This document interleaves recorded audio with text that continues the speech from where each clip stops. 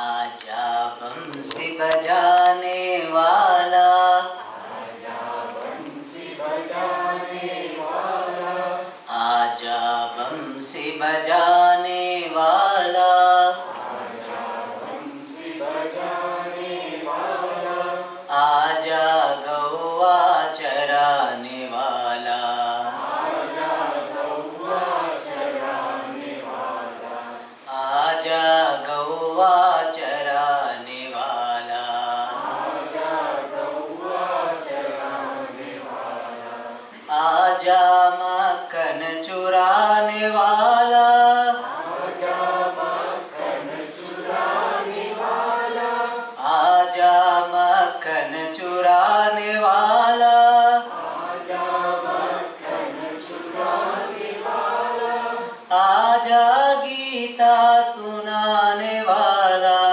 आजा गीता सुनाने वाला, आजा गीता सुनाने वाला, आजा गीता सुनाने वाला, आजा बंसी बजाने वाला, आजा बंसी बजाने वाला, आजा बंसी बजाने वाला. आजा बंसी बजाने वाला. My namaskaram to all of you and Jai Shri Krishna on Janmashtami day. Janmashtami,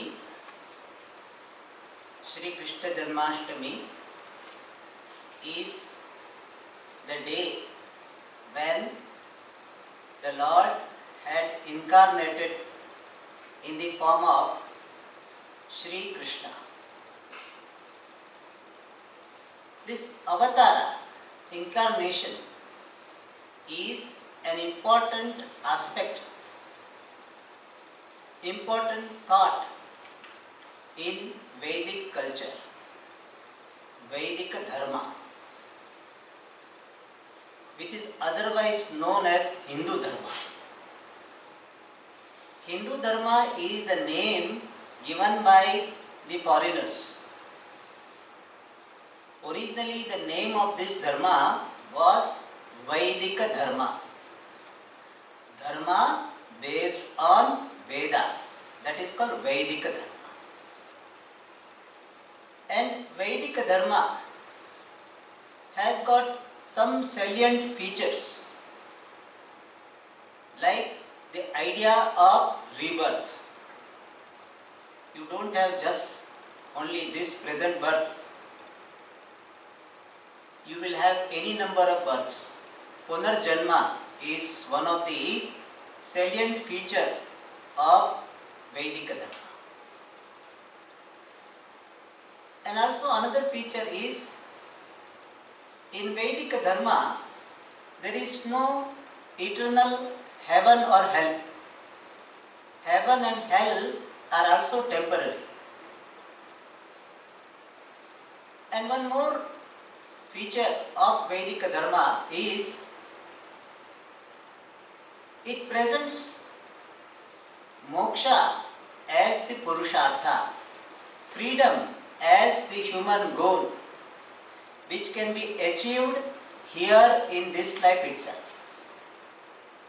Unlike in other religions, the goal is to be achieved after death, whereas Vedic Dharma gives the goal which is achievable in this life itself.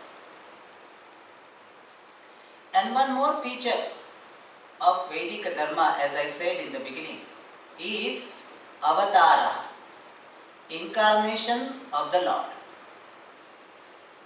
It is different from the Lord sending someone as the messenger, as it is believed in other religions. It is not Bhagavan is sending the messenger. Here Bhagavan, the Lord, Himself is incarnating as in different forms. So Bhagavan takes a specific form for a particular purpose. That is called avatara. And and that is one important salient feature of Vedic thinking. And there are so many avatars. Asankheyahi Harehe avatara. There are so many avatars, so many incarnations talked about. 22 of them are enumerated in Bhagavatam, the first canto. And in one popular shloka, 10 avatars are described. The shloka is very popular. Matsya Kurmo Varahasya Narsimho Vamanastata Ramo Ramasya Krishnasya Buddha Kalki Tatadasha. So these are the 10 avatars, Matsya, Kurma, etc. And the 8th avatara is Shri Krishna avatara. And Shri Krishna avatara is considered to be Purna avatara. Purna avatara means all the glories of the Lord are manifesting in full form. Therefore, this Krishna avatara is called Purna avatara.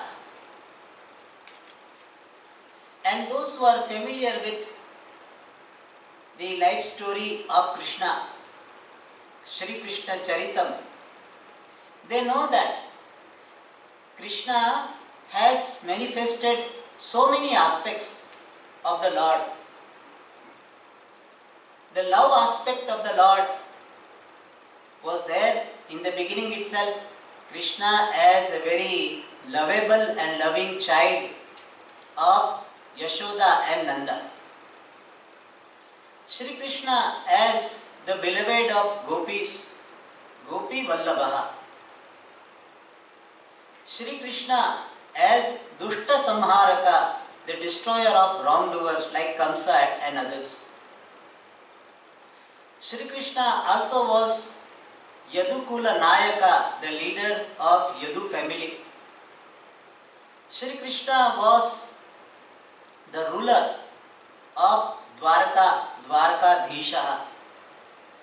Shri Krishna was a great friend of Pandavas, especially Arjuna, Pandava Sahaya, Arjuna Mitram. So many aspects are there which manifest various glories of the Lord. And one of the important aspects of Shri Krishna Avatara is Shri Krishna as Gitacharya. Shri Krishna as the teacher of Bhagavad-Gita. This Bhagavad-Gita teaching took place on the battlefield.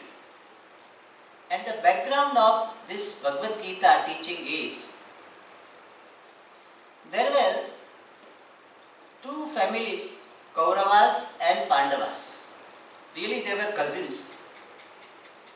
Kauravas were 100 in number and they were given to adharma, unrighteousness. Pandavas were given to dharma, righteousness.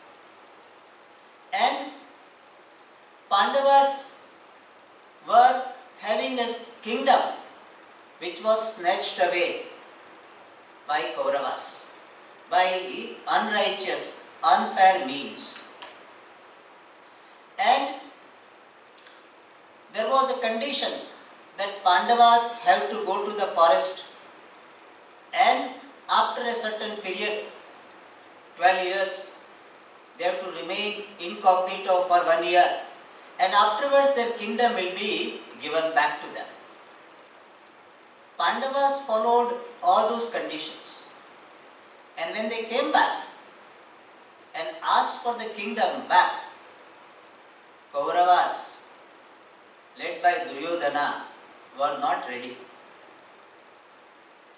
And Pandavas who are Kshatriyas, they are said to be Chaturupayaha Kshatriyaha. They have got the 4 means to handle the situation. Sama, Dana, Bheda and Danda. So they employed the first 3. Sama, pacification. They tried to pacify, tried to give sense to Kauravas. Did not work.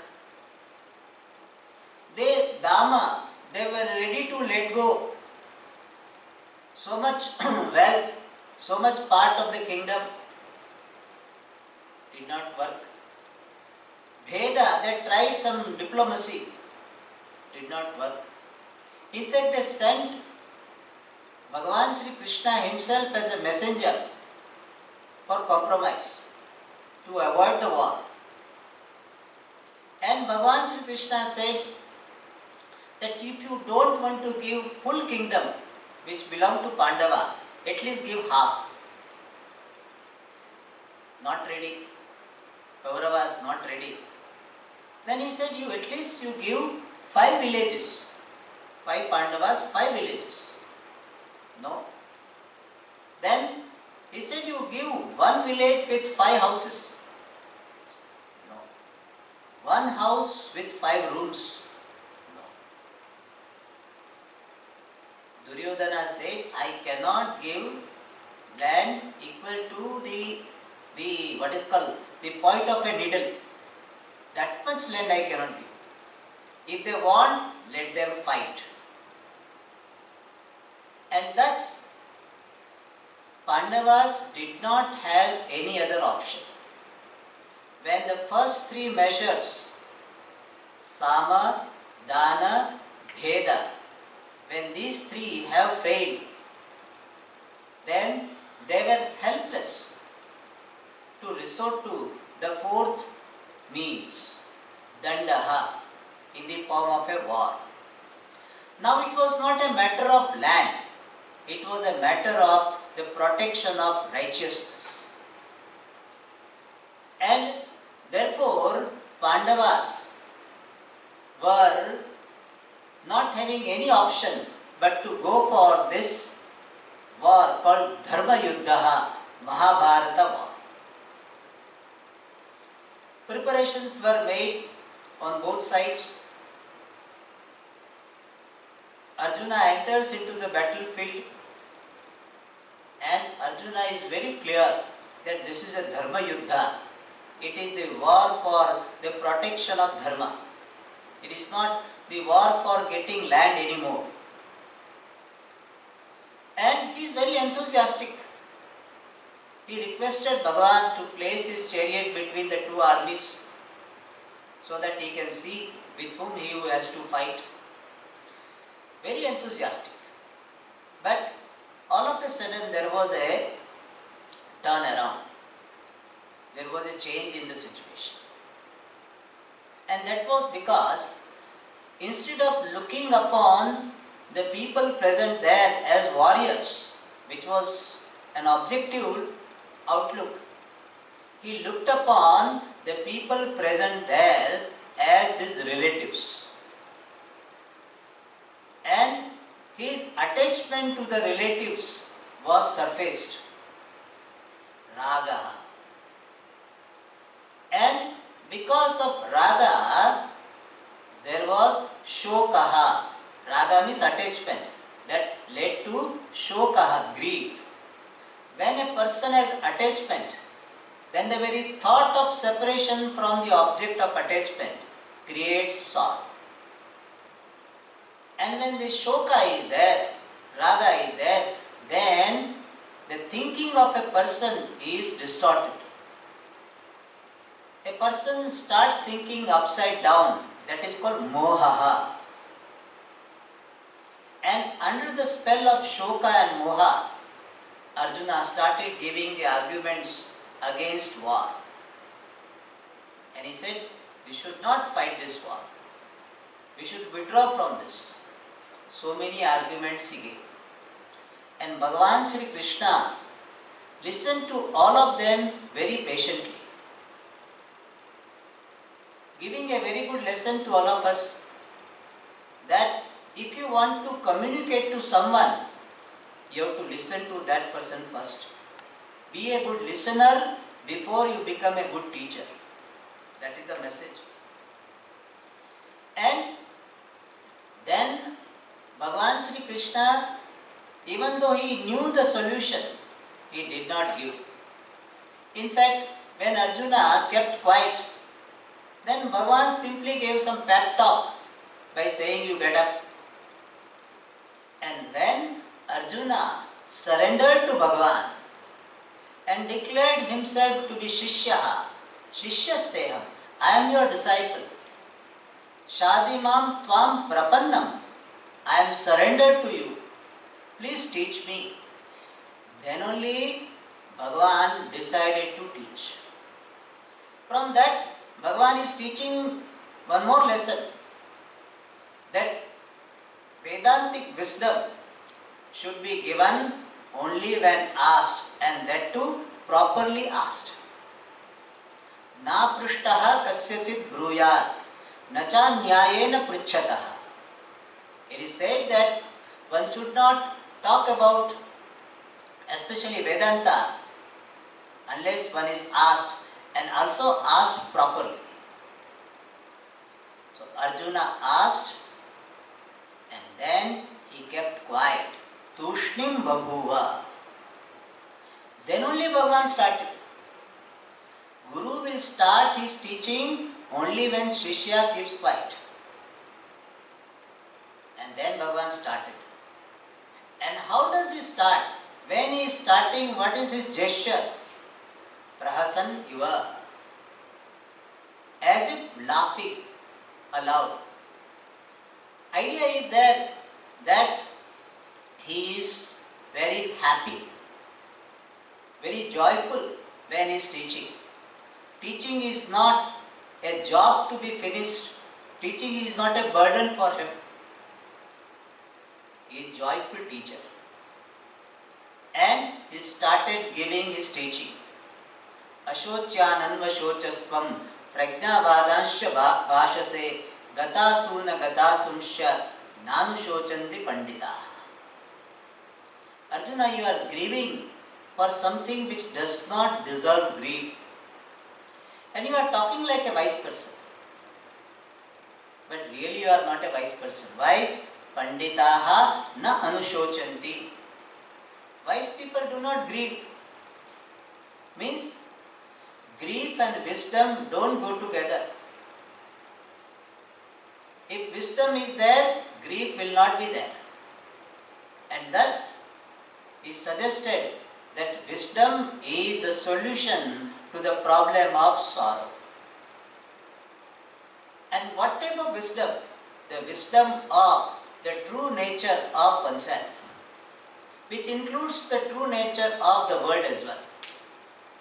And he gave that Atmik Dhanam, which makes the person free from sorrow. And what did he say? He said, Arjuna, you are not what you think yourself to be. Bhishma Pitamaha and others, for whom you have got so much attachment, they are also not what you think them to be. In reality, Bhishma Pitamaha and yourself are one Atma, one self of the nature of existence consciousness, which is free from all modifications, which is free from destruction, free from doership. It is not confined to a particular body. It is manifesting through all bodies, not limited by any body. It is free from being the doer of any action. It is free from being the object of any action. Asangaha, unaffected by anything. And when you understand this self and assimilate this understanding, you will not have any sorrow. Thus, Bhagavan gave the self-knowledge as the solution to the problem of sorrow. But this wisdom which Bhagavan gave can be received properly and can be assimilated when a person is qualified. In the sense, a person has got purity of the mind. Chitta Shuddhi is required to receive this wisdom effectively. And for getting Chitta Shuddhi, Karma Yoga is the means. And therefore, after talking about the self-knowledge, Bhagavan talked about Karma Yoga. People have got so many funny ideas about Karma Yoga. Generally, people think that remaining very busy is Karma Yoga. Remaining all the time active, that is Karma Yoga. Or while doing the action, you have to say Rama, Rama, Rama, Rama, then only it is Karma Yoga. Or when you are doing the action, you should not even think of, even plan of result. That is Karma Yoga. All these are not correct ideas about Karma Yoga. What is Karma Yoga? Bhagavan himself defined. Samatvam Yoga Uchyate. The sameness is called Yoga. And the sameness cannot be there with reference to action. Means you cannot have same activities all the time. So sameness cannot be there with reference to activities. Sameness cannot be there with reference to the result also. Why? Because results will be different. Action will be different, so results also will be different. Then where is the sameness? Sameness is there in my attitude. And attitude towards what? Karma and karma phala. So attitude towards karma remains the same whether I like to do something or I don't like to do. My attitude is the same. And what is the attitude? This is my duty and let me do it as an offering to the Lord. As Bhagavan is going to say in the 18th chapter, Swakarmana tamabhyarchya siddhim bindati manava. So the sameness of attitude towards action. Every action is seen as an opportunity to worship the Lord. So through action, I worship the Lord. This is the attitude towards action. So Ishwararpana Buddhi is the attitude towards action. Ishwararpana Buddhi means attitude of offering the action to the Lord. And what is the attitude towards the result? The attitude is that result is coming from the Lord. And results can be more than my expectation, less than my expectation, equal to my expectation, or opposite to my expectations. So results may vary, but my attitude towards all types of result is the same. And what is that? Prasad buddhihi. I accept it as prasada. So with reference to karma, my attitude is Ishwararpana buddhi. With reference to the result, my attitude is prasad buddhi. Buddhi means attitude. And having the sameness of attitude is yoga. And when a person does karma with this attitude, then he remains unaffected from the harmful effect of karma. And that is why Bhagavan said, Yoga karmasu kaushalam. Karma yoga is a kaushalam, is a skill. How it is a skill? Because generally karma creates reaction. And because of that, person becomes dukhi, unhappy, depressed, frustrated. Whereas karma yoga keeps the person free from reaction. And in that manner, karma yoga is a skill.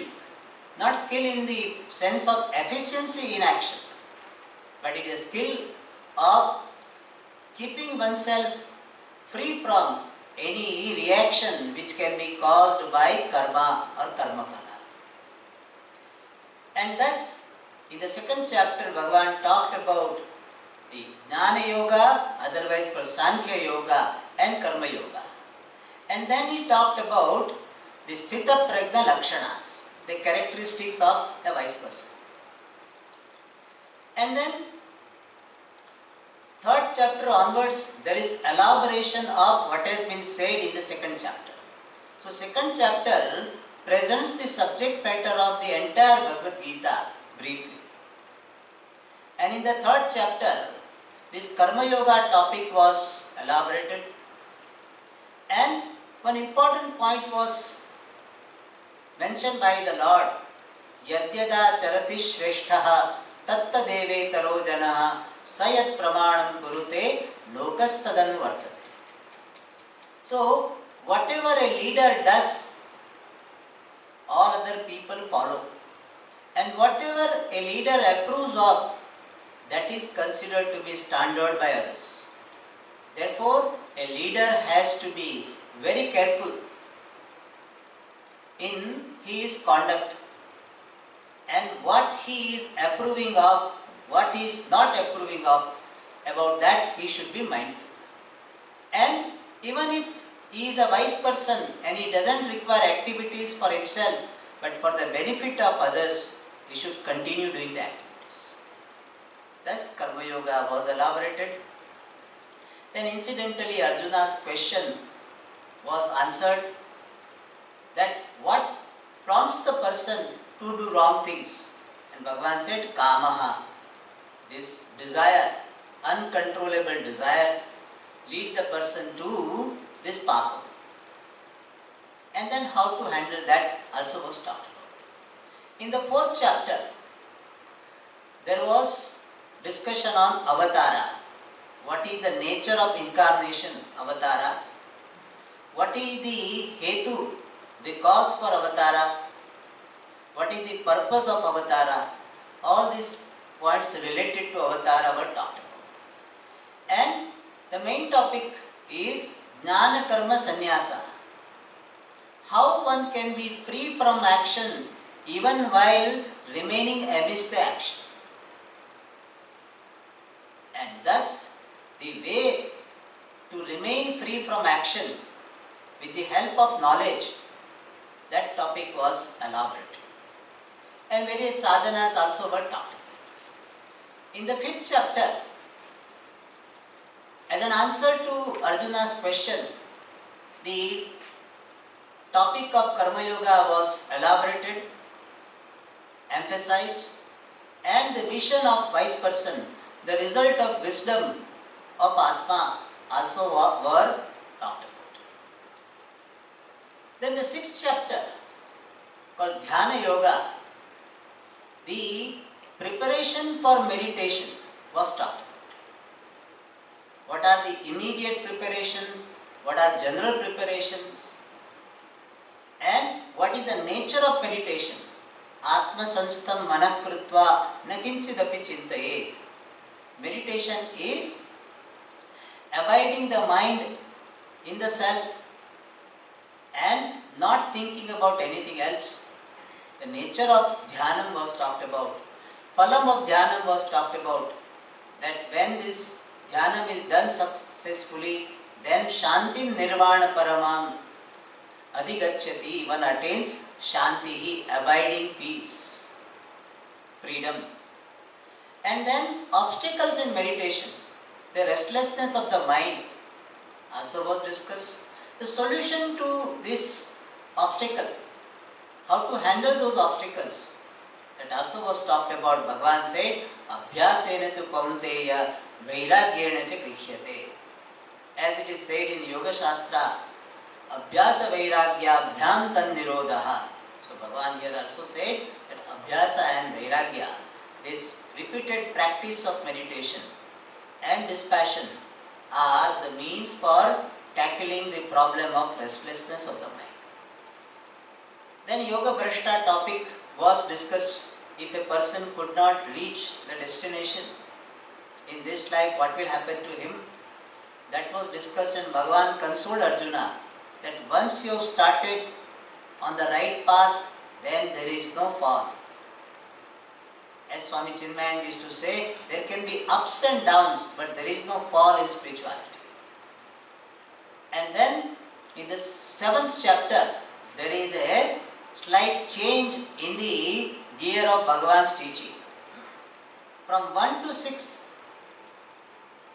6 chapters are called Tvam Padartha Pradhana, where the nature of Jiva was highlighted and the sadhana of Karma Yoga was highlighted and self-efforts were highlighted.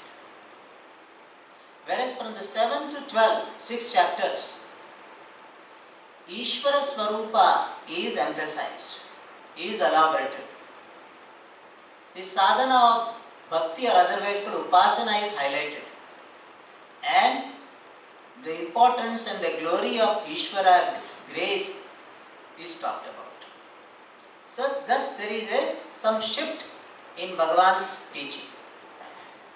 And in the 7th chapter, he talked about Ishvara as the cause of the world. And also he talked about the samsara karanam in the form of the cause for samsara, the cause for bondage in the form of ignorance and ignorance born mistakes. And the solution to this problem of samsara is bhakti. And here bhakti has got a very broad meaning. Any sadhana for the attainment of moksha is called bhakti. And therefore karma yoga also is a bhakti, upasana also is a bhakti, and dhyana yoga also is a bhakti. And Bhagavan talked about 4 types of devotees. Chaturvidha bhajante mam janasu kriti Arjuna arto jignasur artharthi jnani cha bharatarshava. 4 types of devotees. A devotee in distress, he remembers Bhagavan only when he is in problem. Artharthi, who wants some material prosperity and therefore he remembers Bhagavan. Third devotee is Jignasu.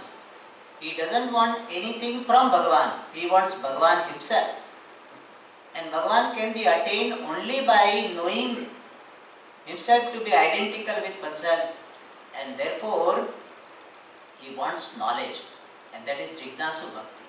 And when Jignasu attains Jnanam, he is Jnani Bhakta. And then Jnani Bhakta was glorified. And then in the 8th chapter, Bhagavan answered some 7 questions. And he talked about Antakala Smaranam. Remembering the Lord at the end leads a person to a higher Lord. That was talked about. And also Saguna Upasana with the help of Omkara and the paths to reach the higher lokas. That topic also was discussed in the 8th chapter. In the 9th chapter, the topics are very similar to the 7th chapter, where the Ishvara Jnanam, which is the means for moksha, was talked about, and the emphasis on the Nishkama Bhakti, the devotion for the spiritual goal, was talked about. And the glorification of bhakti also was done. Whatever be your background, if you have devotion for the Lord, you will attain Paramatma. That topic was highlighted. In the 10th chapter, Vibhuti, the glories of the Lord were described, and the connection between the bhakti and Atmik Dhanam. Worshipping the Lord and getting this self-knowledge, the connection was talked about. And then in the 11th chapter, Arjuna requested Bhagavan, please show me your cosmic form. And Bhagavan immediately obliged, without any fuss. He said, you want to see? See. And he showed his cosmic form. And Arjuna underwent different emotions. First there was a sense of wonder, then there was sense of fear, and then finally he gets the sense of surrender. Thus different emotions Arjuna underwent. And thus 11th chapter is dedicated to cosmic vision, means seeing the Lord in the form of the entire universe. That is not only for Arjuna. Anybody who understands Ishvara properly, he also can have Vishwarupa Darshan. And then in the 12th chapter, various stages of bhakti were talked about. What are the stages? The first one is Bhagavan starts with the highest. He says this Nirguna Bhakti, Nirguna Dana Rupa Bhakti, and then Vishwarupa Bhakti, then Vishwarupa Upasana, then Ekarupa Upasana, then Nishkama Karmanusthana Rupa Karma Yoga, and then Prasada Buddhi Lakshana Karma Yoga, which he calls Sarva Karma Palatyagaha. So these 5 stages of bhakti were talked about.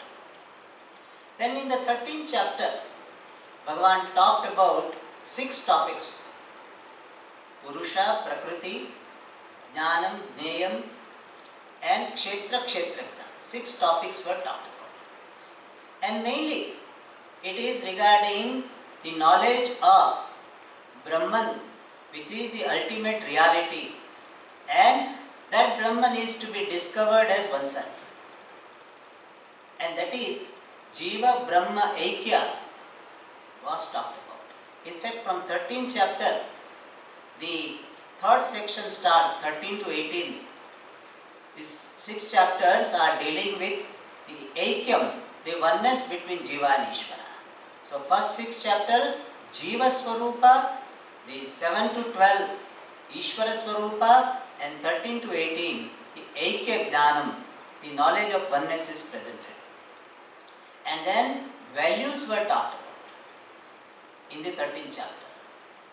And Purusha Prakriti, the conscious principle and matter principle also were talked about. In the 14th chapter, the Gunatraya Vibhaga, Sattva Guna, Rajoguna and Tamoguna, their nature, their indicators, their result, and when they are predominant and person dies, what will be the lot? All 3 guna related topics were discussed. Therefore it is called Gunatraya Vibhaga. And at the end, one important topic is discussed there, and that is Gunatita. How one can go beyond 3 gunas, and what will be the characteristics of a person who has gone beyond gunas. That was talked about. And the 15th chapter, which is very popular, called Purushottama Yoga, there the Samsara Varnanam, the description of samsara is given. And then solution to the problem of samsara in the form of Ishvara Jnanam is presented. Ishvara Jnanam and Vairagyam, that is presented. And then Ishvara Jnanam, what is the nature of that Ishvara, that also is talked about. And then at the end, Kshara Purusha, Akshara Purusha and Purushottama. This world is called Kshara Purusha, Maya, the Karanam is called Akshara Purusha, and Nirguna Brahman is called Purushottama. Thus 3 Purusha are presented. And there, Nirguna Brahman is the ultimate reality, Purushottama, that idea was presented. Knowing this Nirguna Brahman as oneself, one becomes free from samsara.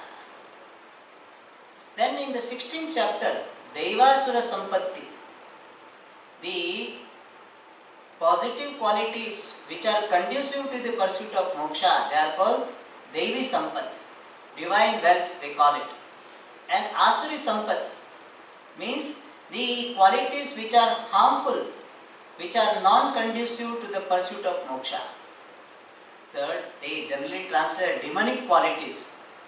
They also were talked about. So that one can adopt this Devi Sampat and one can avoid the Asuri Sampat. In fact, in that chapter, Asuri Sampat, the qualities to be avoided were discussed more than Devi Sampat, because Devi Sampat has been talked about earlier also. And then in that chapter, Bhagavan summed up the Asuri Sampat in the form of Kama, Krodha, Lobha. And Bhagavan said, these 3 are the gateways to hell. And therefore, Tasmad etat trayam tyaje, one should give up all 3 of them. And then he emphasized that one should take Shastra as the guide, and one should lead life as suggested by the Shastra. And then in the 17th chapter, answering Arjuna's question, Bhagavan talked about Shraddha Traya. 3, the types of disposition.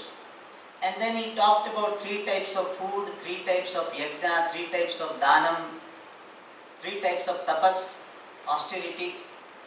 So he described sattvika, rajasa and tamasa. And at the end he said, if you want to make up for any lacuna, then you chant Om Tat Sat. These are the 3 names of the Lord. And thus 17th chapter was concluded. The 18th chapter is the summary of the entire teaching. And again Bhagavan talked about Karma Yoga and certain topics with the classification into 3 Sattvic, Rajas and Tamas. And he talked about Dana Yoga also, how to get Dana Nishtha. And then Bhagavan finally told Arjuna, Arjuna, I have taught you. Etad guhyataram, I have taught, but vimrushya etad asheshena yathechasi tatha. Having deliberated upon my teaching, whatever you wish, you do. So Bhagavan gave freedom to Arjuna. So that is a characteristic of a teacher. The teacher will not force his idea. He will give the teaching, but finally he leaves it to the student. And then, after giving again the summary, brief summary, Bhagavan asked Arjuna, Kachid etad ajnana sammoha pranashtahate. Whether you have listened to my teaching properly and your ignorance and confusion, is it gone or not? And Arjuna said, yes. Nashto mohaha smrutir labdha. He said, yes, my confusion is gone. And then Bhagavan, Arjuna acknowledged, and before that Bhagavan had glorified the teaching of Bhagavad-Gita, listening to Bhagavad-Gita, etc. Then Sanjaya comes, who is narrating the whole dialogue between Sri Krishna and Arjuna, and he expressed his joy about listening to this teaching, and finally he says, Yatra Yogeshwarah Krishnaha, Yatra Partho Dhanurdharaha, Tatra Shri Vijayor Bhutihi, Dhruva Nitir Matir Mama. He said, where Bhagavan Sri Krishna is there, where Arjuna is there, there will be victory, there will be prosperity. Thus, 18th chapter is concluded. And if we have to see what is the summary, what is the essence of Bhagavad-Gita, then somebody said nicely, what is the first word of Bhagavad-Gita? Dharma kshetre kurukshetre samaveta yuyutsavaha mamakah pandavasyaiva himakurvata sanjaya. And last word is what? Dharma. Tatra Shri Vijayo, Mama. Tatra Shri Vijayo Bhutir Dhruva Nitir Matir Mama. So last word is Mama, first word is Dharma. You combine them. So what is the essential teaching of Bhagavad Gita? Mama Dharma. My Dharma. Now Dharma has got 2 meanings. Dharma means one's duties, values and attitude. That is called Dharma. And another meaning of Dharma is my true nature. Dharma means nature. So Mama Dharma means my true nature, and also Mama Dharma means my duties with proper attitude, following values. So Bhagavad Gita's essential teaching is follow your Dharma well, do your duties properly, following the values and having proper attitude towards your duties. And by following Dharma in this manner, you will get purity of the mind. So follow Dharma, get the purity, and once purity has come, go to the teacher and get the knowledge, and that knowledge will make you free. So purify yourself by following Dharma, and then understand your Dharma nature, which is ever free. and by that you will be free. So purify, know yourself, be free is the teaching of Bhagavad-Gita. And if we see some salient features of Bhagavan Sri Krishna as a teacher, then few things just now we discussed during this our discussion on the subject matter, that Bhagavan Sri Krishna was a great listener. That is the first thing. Second thing, he was very joyful teacher, not a sad teacher. So, if a teacher himself is sad, he cannot make the student free from sadness. So, he is joyful. Third feature is, he is very respectful to Arjuna. When he addresses Arjuna, he doesn't say, "Oh Buddhu, oh sinner, oh papi." He doesn't say that. What he says? Anagha. You are free from papa. Purusharshabha. You are the best among all human beings.